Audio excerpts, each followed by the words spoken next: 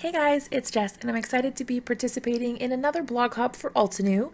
I'll have two cards for you again today, so when you're finished watching this one, pop over to the link down in the description below, and you can watch the other card that I made with this same stamp set.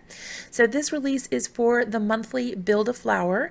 You can do this as a subscription, or you can purchase them individually. Totally up to you. And I'll have links for everything down below in case you're interested in checking anything out or hopping along for prizes. So this one for the month of June is called Crocus. This type of flower kind of reminds me of like a tulip mixed with a dandelion. Not a dandelion, a daffodil. That's what I meant. A daffodil. I don't know. There's just something about it that kind of makes me think of both of those flowers, and those are some of my favorite flowers. So this was a match made in heaven. So last month when I did the Snapdragon tutorial, it was really popular with the craft and the white. So I decided to do one more of those this month and then one that is unrelated. So that'll be my other video. For this one, I'm just starting off on some craft paper. I'm using my mini Misty to stamp out the sentiment, "Happiness is knowing you." I wanted to create sort of a frame around my sentiment with the flowers. And I am just using embossing ink from Brutus Monroe to do this, and then using Alabaster embossing powder. This is a white ultrafine embossing powder to coat my ink. Then I'm going to go ahead and melt that embossing powder with my heat tool, and that gives me that really crisp looking white pigment, or well, it's embossing powder, on top of my craft paper. This, like I said, was a really popular one from last month. Everyone said that they really liked that white-on-kraft, so I decided to go ahead and do another one. So I went in with a little paintbrush and kind of scraped away some of the excess embossing powder.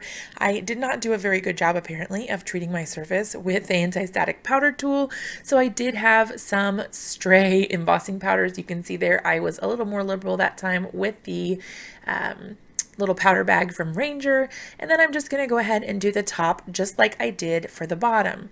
Now, the cool thing about this embossing ink from Brutus Monroe is that it is not sticky, so it doesn't really work the same way as the other embossing inks that I've used, or the watermark inks. It doesn't dry as quickly, so I feel comfortable doing a few of these at a time, and I don't have to worry about the ink drying before I get a chance to pour my embossing powder on it. That's always a win. So once I did go ahead and melt my embossing powder, I trimmed down my panel to make it make a little more sense for a card base. I really like the white border, especially on a card that's like a little more elegant. I just feel like it gives it a nice finished edge and kind of contains the focus of the card a little more. I think it's all just personal preference though. So I trimmed down my card panel, and then I'm going in with a white paint pen. This is from Ranger. It's a Dylusions paint pen. And I'm drawing in some sort of like branchy, I don't even know what, but like some swirly things with dots on them, kind of like branches maybe, or some, I don't know, little bits of foliage or something. I'm not sure. I just thought it would look cute. I thought it would be nice to fill in that little bit of space but not have anything too bulky in there, and I thought that this was kind of a cool way to do that. Do you guys like this sort of thing, or do you think it would have been better without it? Totally let me know down in the comments what you think, and if you guys would have left it alone with just the flowers, or if you think it looks nice with the added details. So I'm going to go ahead and draw all of those in, and then I will be ready to move on with some ink blending. I'm going to go ahead and pop some music on while I do this little bit of drawing, and I'll be right back with you.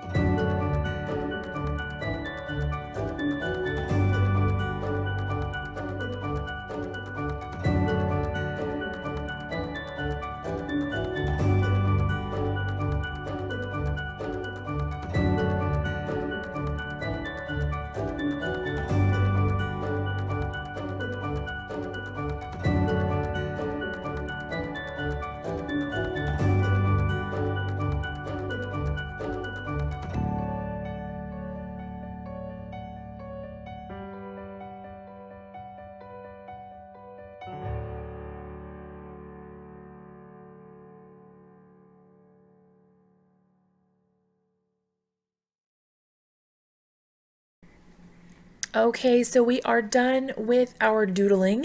I added a whole bunch of little white dots to kind of fill in the space and give it really a feel of having that sentiment being framed. There you can see what it looks like with that white border around, but I'm not quite done yet. I wanted to add a little bit more to the outer edges of the card, so I'm going in with some Distress Oxides. Now these have a more muted effect, especially on the craft cardstock, but I think that's kind of more what I was going for here. I started with the antique linen and I just went blending in around the edges. I went the farthest in that I'm going to go to kind of create a more intense look with that frame effect around the sentiment there. Then I'm going to go in with my second darkest color, which I believe is Frayed Burlap. Yes, Frayed Burlap. So I'm going to go in, do the same thing, but just not go quite as far with the Frayed Burlap as I did with the antique linen. And then that gives me sort of like a gradient effect as it goes. It's darker around the outside and then lighter as it goes in towards the center, which gives it more of like an intense look around the edges. And then I'm going to go ahead and add in the darkest color. I want to say it's Walnut stain, but I suppose we'll see here in a second. I think I did add that around the edges. I'm using a clean paper towel right now to just sort of buff off the embossed images because they do get a little dirty when you do some ink blending on them. And if you just buff them with a clean paper towel, they shine up really nicely and they look nice and white again. So once I was done with that, I did go ahead and move on. Yep, there's the walnut stain. I went ahead and used my ink blending tool to apply that as well. Just being more careful to only kind of go around the outside edge and not go in too far. You can see this time, instead of laying my paper flat and blending it, I am picking the paper up and kind of just brushing it along the very outer edge.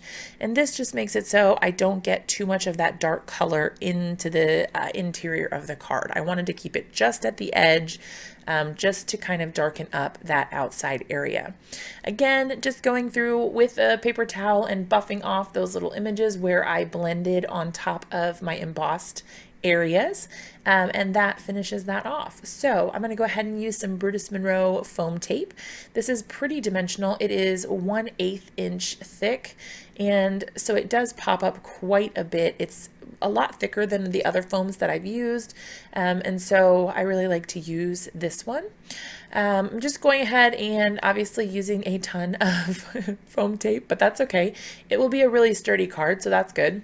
And just kind of popping some in the areas that I think it will be like pushed down or smushed. I didn't want it to get smushed in the mail, so a lot of foam tape it is.